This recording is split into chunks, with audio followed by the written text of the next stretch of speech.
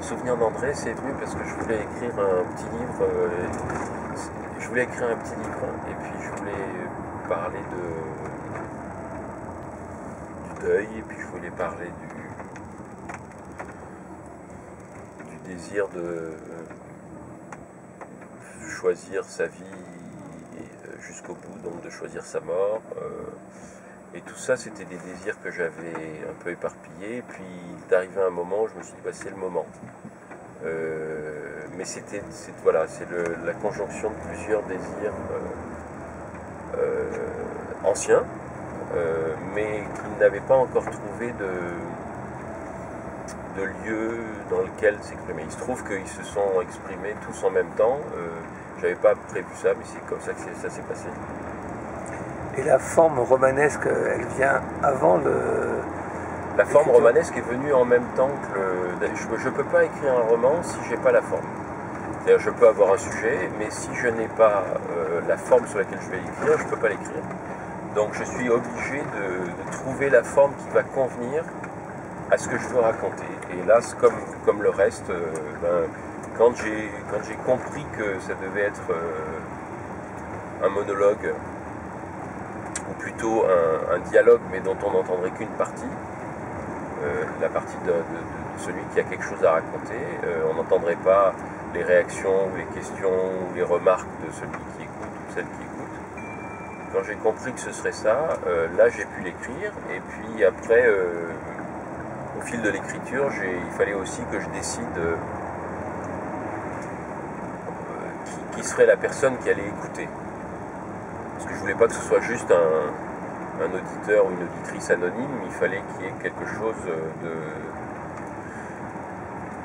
qui ait un lien entre le narrateur et son auditeur ou son auditrice, et que ce lien soit aussi un lien choisi. De la même manière, parce que évidemment c'est en écho au fait que l'écrivain choisit d'écrire et que le lecteur choisit de lire ce livre-là de l'écrivain. Donc il y avait quelque chose. Voilà, je voulais que tout le monde dans ce roman soit des gens qui prennent leur vie en main et qui font des choix,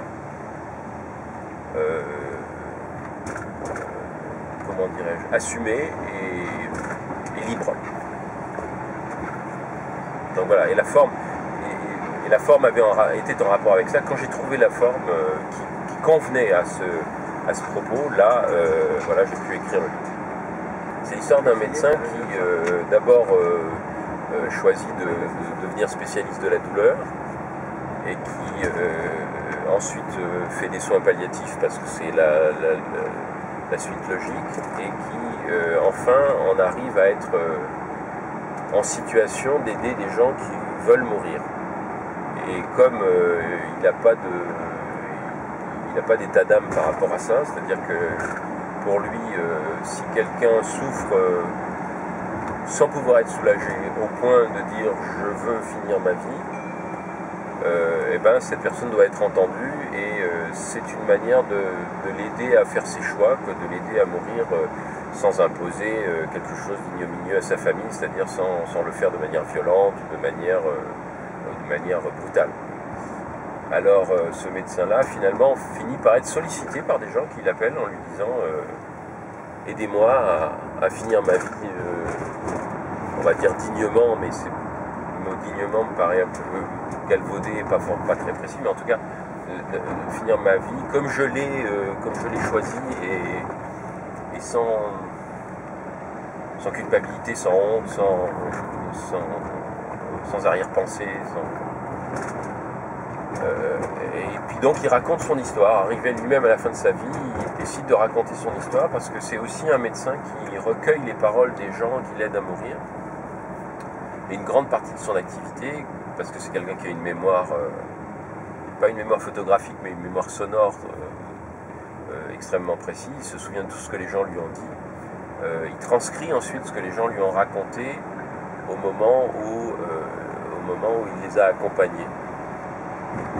Et il découvre que très souvent les gens ont une histoire à lui raconter, et que pour eux c'est aussi important de raconter cette histoire que de mettre fin à leur jour.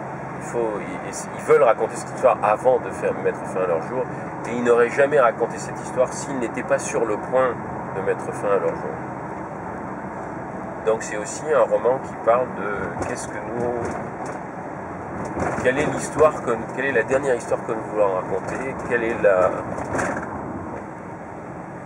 dernière personne à qui nous voulons confier notre histoire la plus chère, la plus délicate, la plus sensible. Et puis c'est aussi un roman qui dit, il y a un personnage qui dit, nous n'avons que les histoires, elles sont là pour nous aider à vivre et pour nous préparer à mourir. Donc voilà, c'est un roman qui parle de ça aussi. C'est un livre politique, bien sûr, c'est un livre engagé. Je ne sais pas si je serais capable d'écrire un livre qui n'est pas engagé quelque part. Oui, c'est un livre qui dit chaque individu est en droit, à partir du moment où les gens ont le droit de vote, ont le droit de conduire, ont le droit de faire des enfants, de ne pas en avoir, ont le droit de...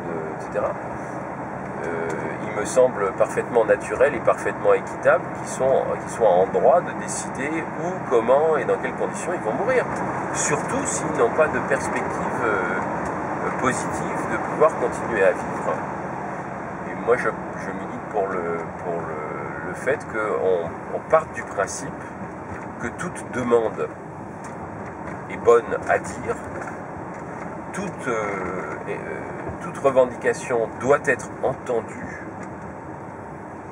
d'abord, et ensuite on doit, un État démocratique, s'il travaille à la liberté des citoyens, doit travailler à améliorer, à agrandir, à affiner cette liberté le plus possible, y compris pour les choses qui sont les plus débattues, les plus chargées émotionnellement.